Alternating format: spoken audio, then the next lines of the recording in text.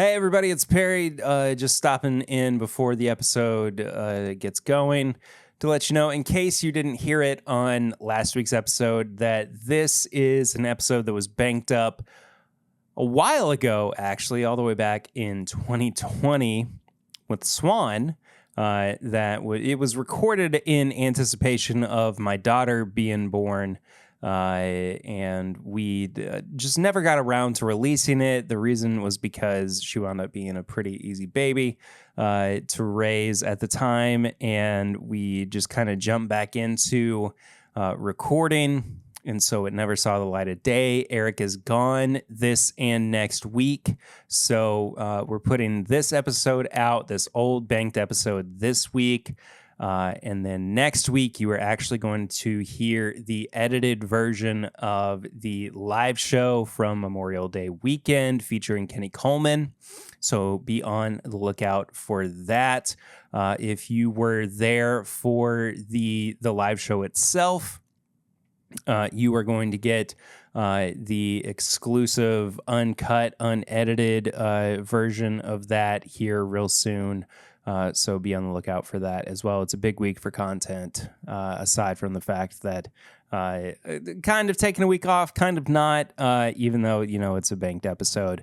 But we will be back to it very, very soon. I hope you enjoy this. I haven't even gotten to editing this, to listening to it. I'm excited to check it out with you.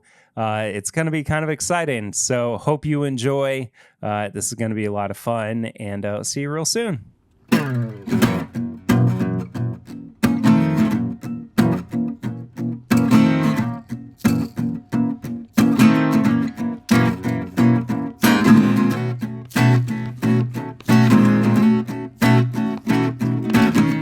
guess we're not doing the intro well before these. What do you mean? This is the intro. Oh, okay then. Hello, everybody. Welcome to another episode of This Is My Bourbon Podcast. I am your host, Perry, and with me this week is Swan. What's up, guys? What's up, everybody? Welcome back to the channel. Like, share, comment, subscribe. That's totally what that felt like. And with that, we may be doing some more video content coming up. Hey, we're in the middle of banking a bunch of episodes, and we are losing it. Absolutely.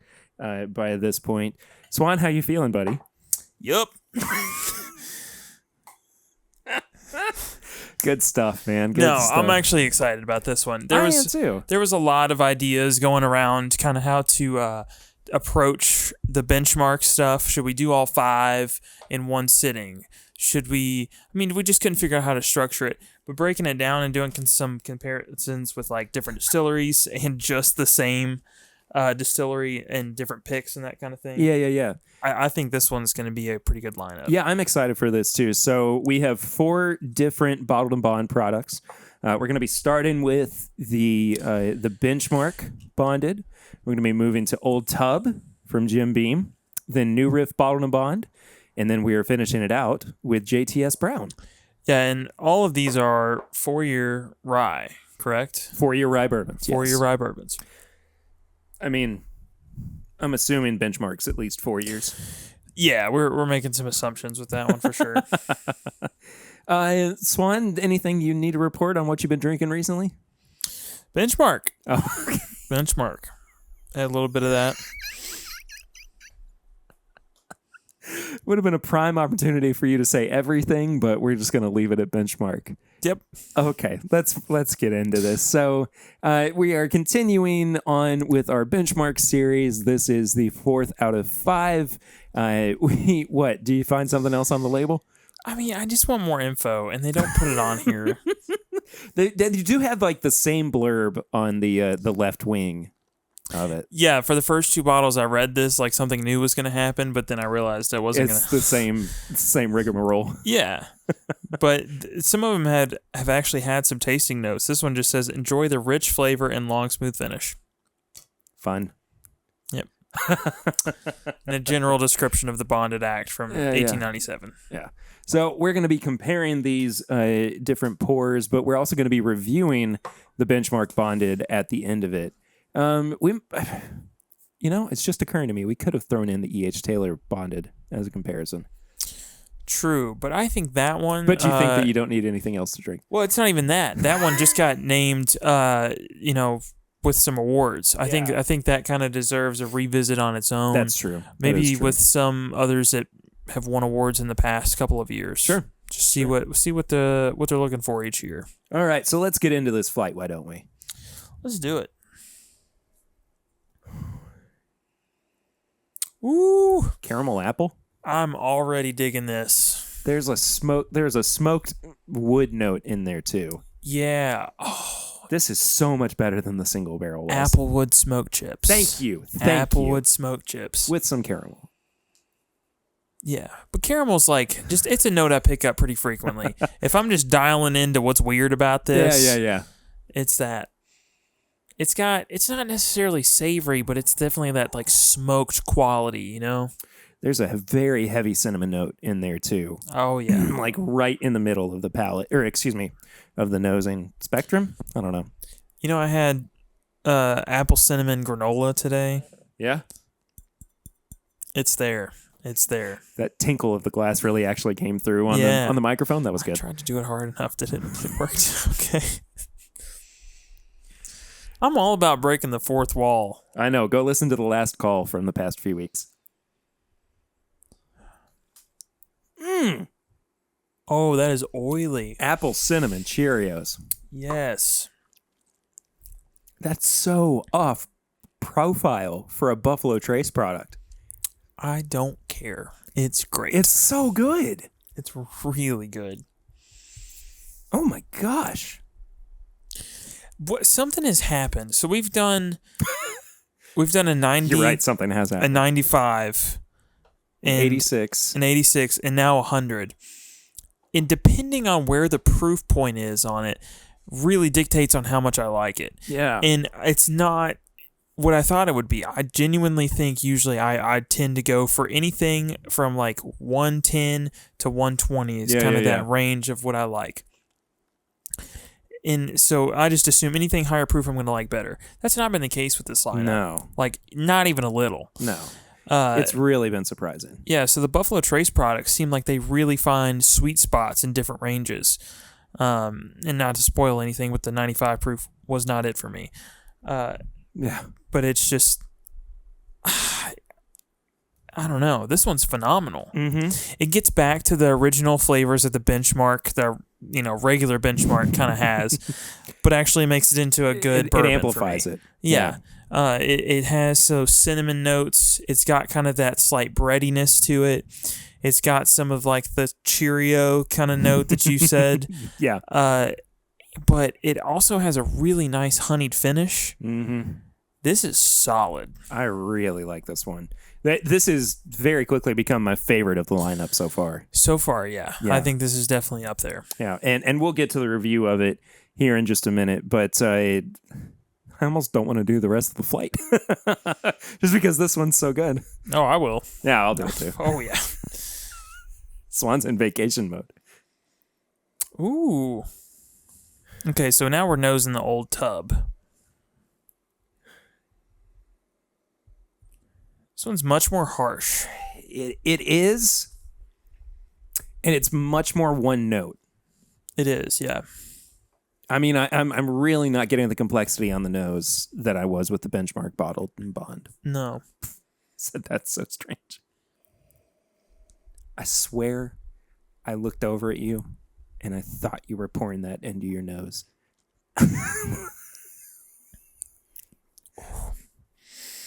Whew. All right.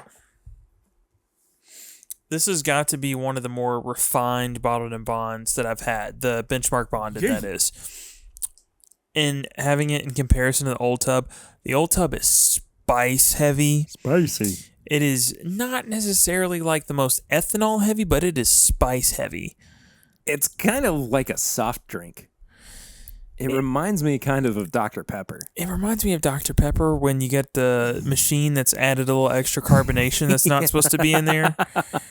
Yeah. It does have that same effect on my tongue, though. Yeah, and I'm not saying Where that it's as far as like carbonated. flavor, but just like the way it's hitting my tongue, it's Yeah. like it's almost too much. It's like sensory overload a little. But it is. I mean, it does really have a cola note to it. Oh, for sure. Yeah, it's definitely like kind of a cherry cola, thing going on. Yeah. Not my favorite, but I still like it. I like it for different reasons, I would say. And to clarify, we're having the old tub that comes in the 375. Yeah, from this the isn't distillery. the new limited release that came out earlier this year. And I think that one may fare a little better, but just what's going to be on the shelf that's not technically a limited release. That's what we're having. And I don't think it fares near as well against the Benchmark Bonded. It's just not as refined. Yeah, second sip didn't really change that. No. Second sip really just kept it pretty much the same. Yeah, and I've kind of fallen out of favor a little with just the regular Jim Beam Bonded. I think some of the older stuff I have has been much better. I agree. Even for a while there, I was kind of hunting down that kind of like cheesy looking foil bottles that they had. It's good now, but something about it just doesn't feel as good as it was. Yeah. And the old tub being another offering from Jim Beam that's at Bottled and Bond, it's just, I don't know. I think I'd rather have the Knob Creek at 100 proof. Yes, yeah. And I would guess agree with 9 that. years old again. So yeah, that's up there. Yeah, that's good. Definitely. How about this new riff, Bottled and Bond? Yes, sir. I'll move on. Let's do that. That wasn't a command or a direction. No, but I'm taking it like one because I'm ready to move on to some new riff. Ooh. Okay. So this one's is baked goods heaven. This one is very baked goods. I'm actually getting, oddly enough, like a tomato note on there too. I'm not really getting a tomato note. I'm getting like those nuts you put on the outside of like caramel apples and like just a yeasty like bread roll. Okay. Yeah, I kind of see where you're coming from. I think that what I'm latching onto with the tomato note. I lost it. What was it? I don't know. I picked up a tomato note. I know what it was. I think it's because I'm getting a sugar note too, and it's actually being translated into like ketchup, oddly enough. Okay. Like kind of more processed. I don't know. I feel like I'm digging myself a hole that I can't get out of.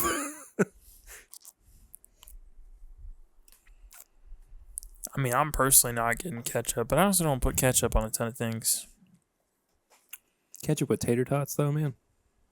That is one of the few things I will smother in ketchup. I love tater tots. I will take the entire tater tot, roll it in ketchup, put the other end, and then eat it.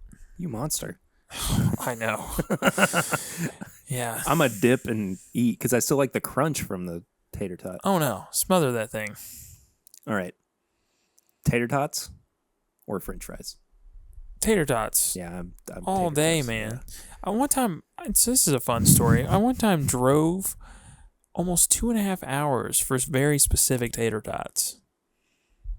Where were these tater tots? Taco John's. Taco John's. We used to have one where I lived, and they closed down. Yeah, and then we were going to visit Diane's grandparents, and they live out in the middle of absolute nowhere. But they have a taco. Yeah, they have a Taco John's. I put their name or their address in the search bar to get directions, and realized there's a Taco John's relatively close to their house. Before we could see her grandparents that she hadn't seen in 4 years, I got my tater tots. The way you said that, though, was like, I almost read it like, you went specifically 2.5 hours away from her grandparents so that you could then make another 2.5 hour drive to. No. It was like, it's definitely not on the way. It's a way off point. Yeah. I love it because it's the only place you can get tater tots, and they say, "Do you want cheese dip with that?" And I'm like, Yes, I do. Yes, I do. Yes, please. Anyways, back to this. Back to the new riff. The new riff, it's just solid. I need to actually taste it. The nose, it's got so much going on. The new riff. The nose is just making me want tater tots now. Oh, the palate's no different. Not in the tater tot aspect, but just like baked goods. Ooh, the finish is much stronger than the Benchmark on this one. Mm-hmm. Much stronger. The Benchmark's oily. I will say that the New Riff has more in as far as the flavor profile in the finish. Yeah, the finish is really where it starts to shine. I think that the oak is really becoming prominent on the back end of the palate into the finish. That's where I'm starting to see the fact that this is an aged whiskey. Yeah. New Riff Bottled and Bond, don't sleep on it. No, this is one you keep around. And I made my favorite thing to do with this whiskey, and I have some in my refrigerator right now, is I actually make homemade honey whiskey with it. Oh, yeah, that's right. You do that. Yeah, and it's so good. It's so good. You should not buy. You gave me some. You shouldn't. You probably shouldn't buy a New Riff just to put honey whiskey like stuff in it to make it. But I will pay the extra money to get New Riff to make honey whiskey. It is just that good. So New Riff, if you're listening, make a honey whiskey. Yeah, I guess maybe.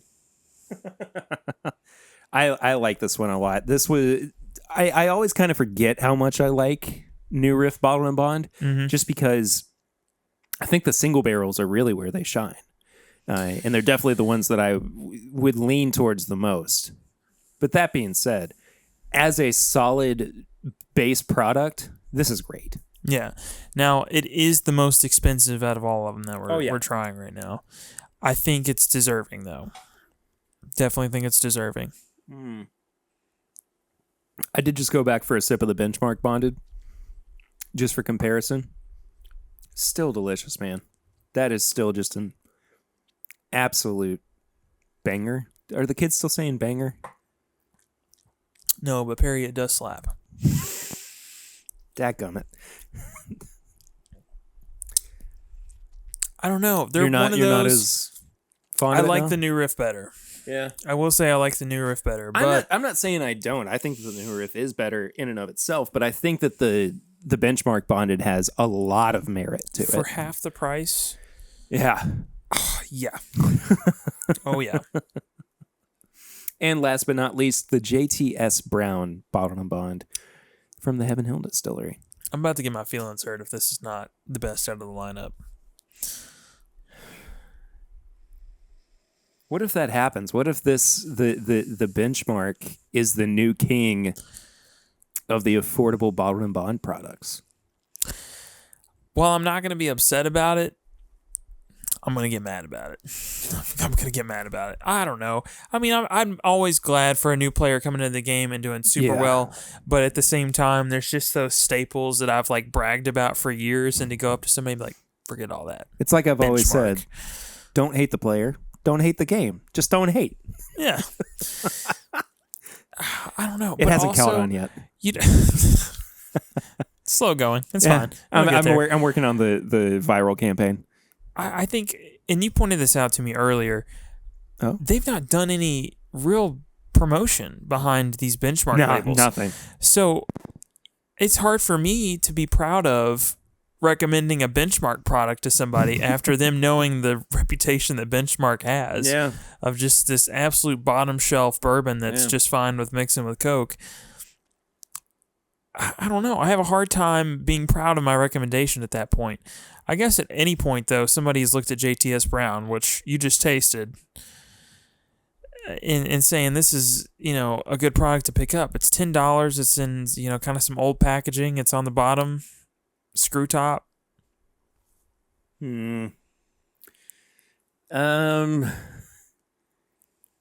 It's a little flat.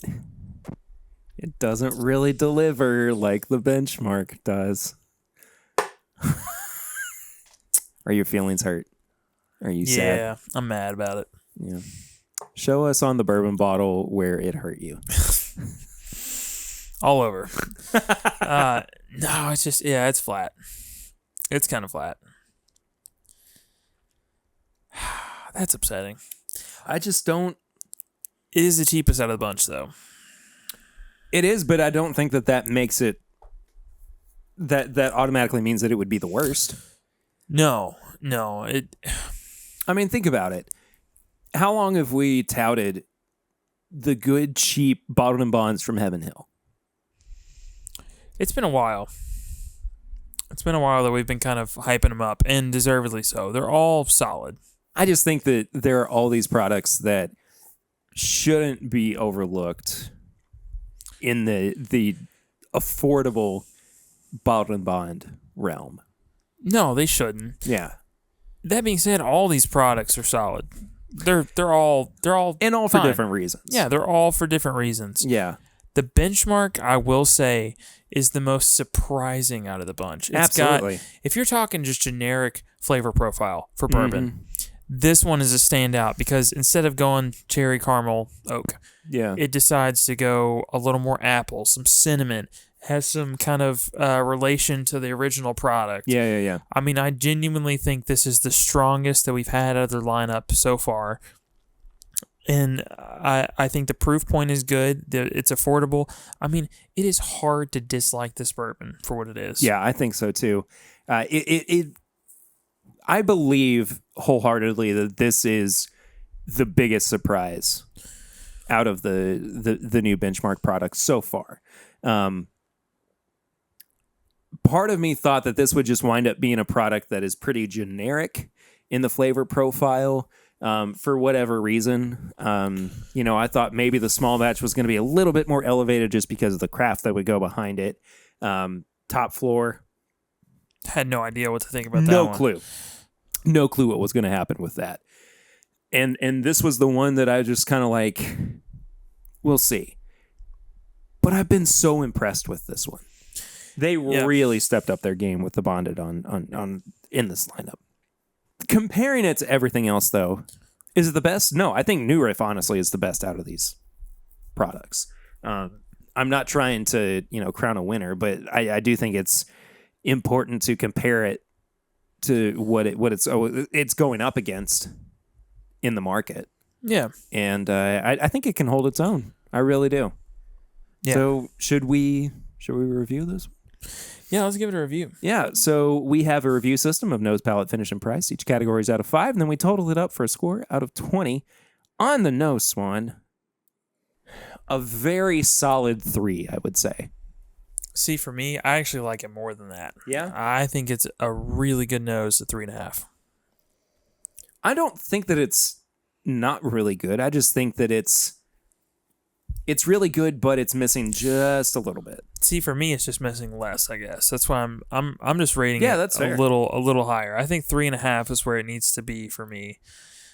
This hits a lot of flavor notes that I really like. So I've kind of pointed out in the past, coffee, tea, hot drinks, not really my thing. Kind of the herbal earthiness, it's not there. This is completely devoid of all of those. So this is just in my wheelhouse.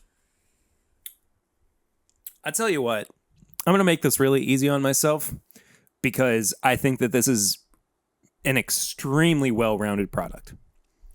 I'm going 3s across the board except for the price. Okay. I'm going to go for a 4 on the price and call it a day at 13 out of 20. I think that, honestly, all the way through, this one delivers.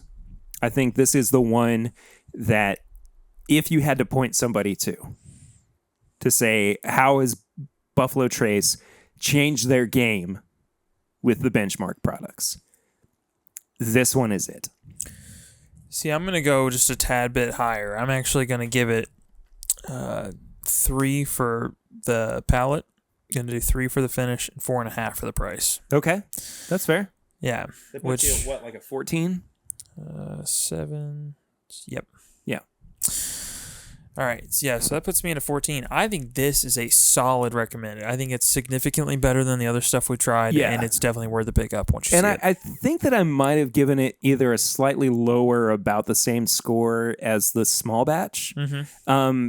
But overall, it is the most pleasant and really, truly the one that I will point people to. I might even bump it up in at least the main categories by like a half a point, just because I do think that it's that solid, that well-rounded. I think this is the one that they put the most craft and attention into. Well, I don't think that they took all the barrels that they had from this single season, dumped them together, and said, there you go. I think that it reads more meticulous than anything else that we've had. It does, yeah. And they do have quite a bit of bonded warehouses for not having they've got a lot of product in bonded warehouses to not really put out a ton of bonded product. Yeah, and that's something that we kind of were talking about before we actually got to try this. Is this Buffalo Trace's direct response to the affordable bottled and bond products that are on the market? Yeah, I think it's definitely it, because there's so much out that's right now in bottled and bond. Heaven Hill. Wow, that really looked bad on the waveform. Yeah, but I mean, they do put out a ton of bottled and bond products. If ever that was your microphone, it is now your microphone. Yeah, that's true. I speak into it every week. I'm sorry, Swan. Please continue. They put out so much bonded product, and there's no one right now that can hold a candle to it. As far as affordability goes. Yeah. And then on top of it, it's been like every single distillery's kind of, I'm not going to say gimmick, but kind of standard recently that's come in new to the game of that's been seriously contending some of the bigger brands, that it's a bonded product. Yeah. I mean, you've got New Riff, you've got a lot of the ryes that have been putting out from other distilleries that are doing bottled and bond.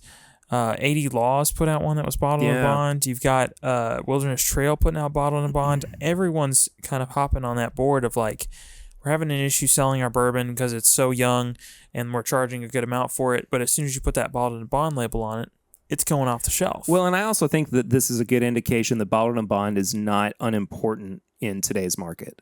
Because there has been that conversation that's been going around recently of whether or not it even really matters. I think it definitely matters. I think it does too, if you put in the time and you put in the effort and you do have a good, solid product at the core. And I mean, if you don't, then you're just going to wind up with something that falls flat on its face. So is Benchmark the core of this product? No, I think that Buffalo Trace is the core of this product. I think that is really what they're kind of building off of, is that Buffalo Trace mash bill, not not considering Benchmark as being the backbone. Buffalo Trace is the backbone of the Buffalo Trace product catalog.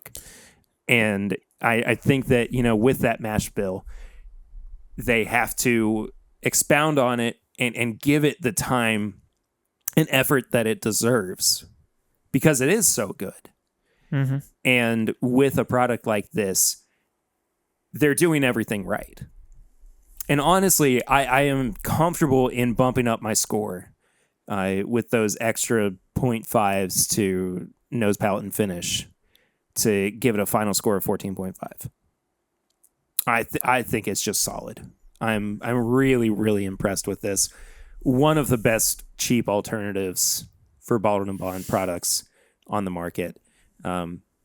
It would be really fun eventually, excuse me, I'm sorry, to do a full blind flight of the affordable bottled and bonds from Heaven Hill and maybe even Jim Beam.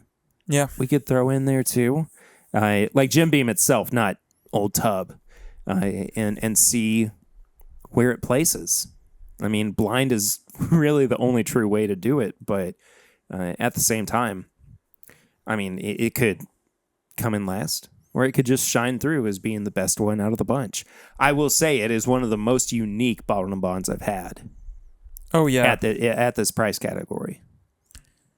Yeah, I've not had many that lean that real apple cinnamon. Yeah, it's different, but it really does deliver.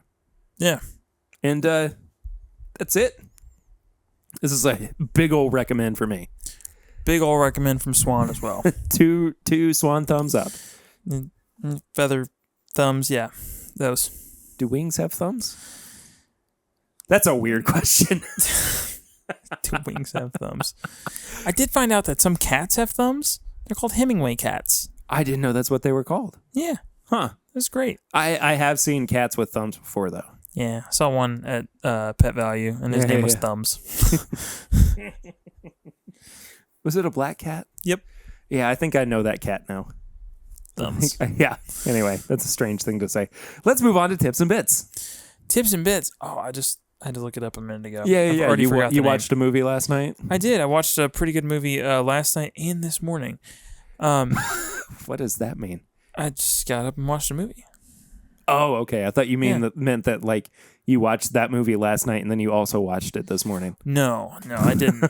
Safety Not Guaranteed. Have you ever seen that? I don't know anything about that. So it's from 2012. Netflix gave me this line that said quirky movies, and I was like, okay, we'll see what we got.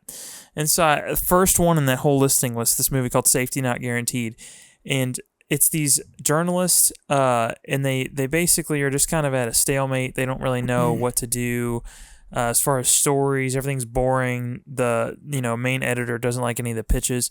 And then one of them kind of throws out this idea that there's a guy in the newspaper that's just asking for an assistant to travel in time. Interesting. So they're like, nothing else is going on. Let's go talk to this guy. And so one of the interns that goes with them offers to basically be the assistant. And it kind of turns into a bit of a rom-com. It's listed as that. Sure. With that. And this whole time you're like, is it for real or is he crazy or what's going on? And it's just a wild ride. I will say, if you're looking for closure, you're not getting it. But okay. But it's a really interesting way to spend an hour and a half. Definitely a solid recommend for me. And it's got some really good actors in it too. It's got Aubrey Plaza. Wow, that was hard. Banking episodes is difficult. Yeah, who else we got? Mark Duplass, Jake Johnson, all people you've seen. I love Jake Johnson. Yeah, all people you've seen in other like TV shows and stuff, but they kind of did a movie. Jake was from I think that's who it was, but he was Mark Duplass was in The League. If you ever watched that. Oh, okay, I know what you're talking about. Yeah. Hilarious guy. Jake Johnson was in New Girl. Yes, which is also a great show. He's the voice of Peter B. Parker on Spider-Man Into the Spider-Verse. Yes, which I also watched the other night. I love that movie. It's so good. I love that movie with every fiber of my being. That movie makes me want to watch John Mulaney every time. It also kind of is redeeming for Nicolas Cage in a way. I got a podcast for you. All right. It's called 25 Days. 25 Days. So it's 3 comedians who go to the Edinburgh Fringe Comedy Festival in Edinburgh, Scotland. And it's a 25-day festival. So they're basically recording every day of the festival, talking about the acts that they've seen, anything that they've gone and done, how ridiculous all of it is. But this year with COVID, they didn't go, but they kind of pantomimed that they did. And so every day they're still releasing episodes, but it's just increasingly more ridiculous. And you want to talk about seeing guys go crazy. They recorded 14 30-minute episodes in a row in one day. Oh, no. I mean, I'm sure the alcohol aspect is going to be harsh on us as I'm experiencing now. Yeah. But they're trying to be on comedy-wise for 30 minutes. Yikes. Or 14 episode segments, whatever it is. And it's really funny to watch them riff and come up with nonsense stories about what they did that day. And then kind of dance around the topic of COVID. It's really, really funny. But they've been doing it for the past 2 years as well. Mm-hmm. And there's one story in particular. I don't want to they will definitely do it more justice than I will. But they went to go see a comedian and he was doing crowd work and everything. And he was like, what do they call a spaghetti sauce in Italy? He's just waiting for responses and everything. And one lady goes, pasta sauce? And somebody else goes, red pizza sauce? And then there's this one guy with all the confidence in the world. He just goes, spagoo.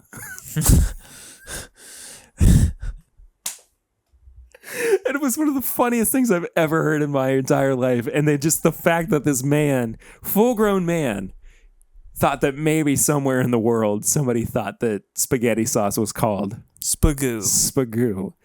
Got a big old plate of spagoo ready for me after we record this podcast. Anyway, it cracked me up, and they're very funny guys. They're the same guys who actually do the show Ooh Spooky, which is they read through a Reader's Digest book called Mysteries of the Unexplained.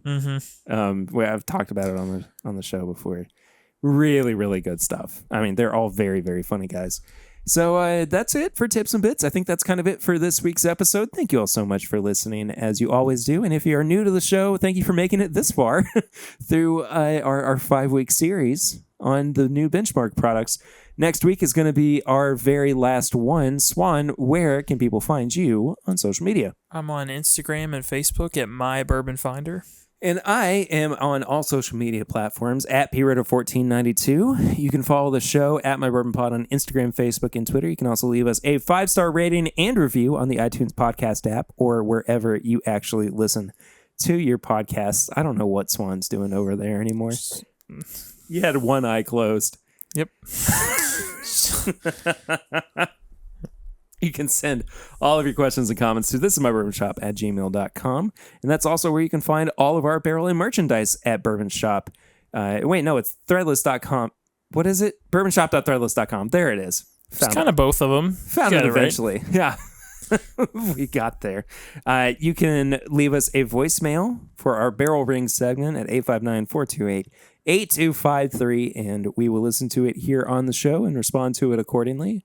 It's always fun and ridiculous. So if you have something fun and or ridiculous to, leave for us, I'm going to be sleep deprived eventually, and it's going to be really, really funny for me to listen to you guys ramble on about anything. Just anything. I mean, it's like a 3-minute limit on the recording, but still, it's good stuff. Just going to call in and read off my grocery list. Fantastic. That's what I need. You can become a part of our Facebook community at facebook.com. You just search for This Is My Bourbon Group, and then a couple of questions just to make sure that you are there for the right reasons, I suppose. I don't know. It sounds like it's sketchy, but it's not. It's a really great community. That's where we actually ask all of the questions for our Patreon pregame chats, which are normally released every Tuesday before the regular episodes on Wednesday. And you also get the last call for Patreon too. But those are kind of on hiatus at the moment until things get back to normal with baby life, of course. And then last but not least, all of that Patreon content can be found at patreon.com/mybourbonpodcast. For as little as $1 a month, you can help support the show, keep it going, keep the lights on, and at $5 a month, that is where you get all of the bonus content.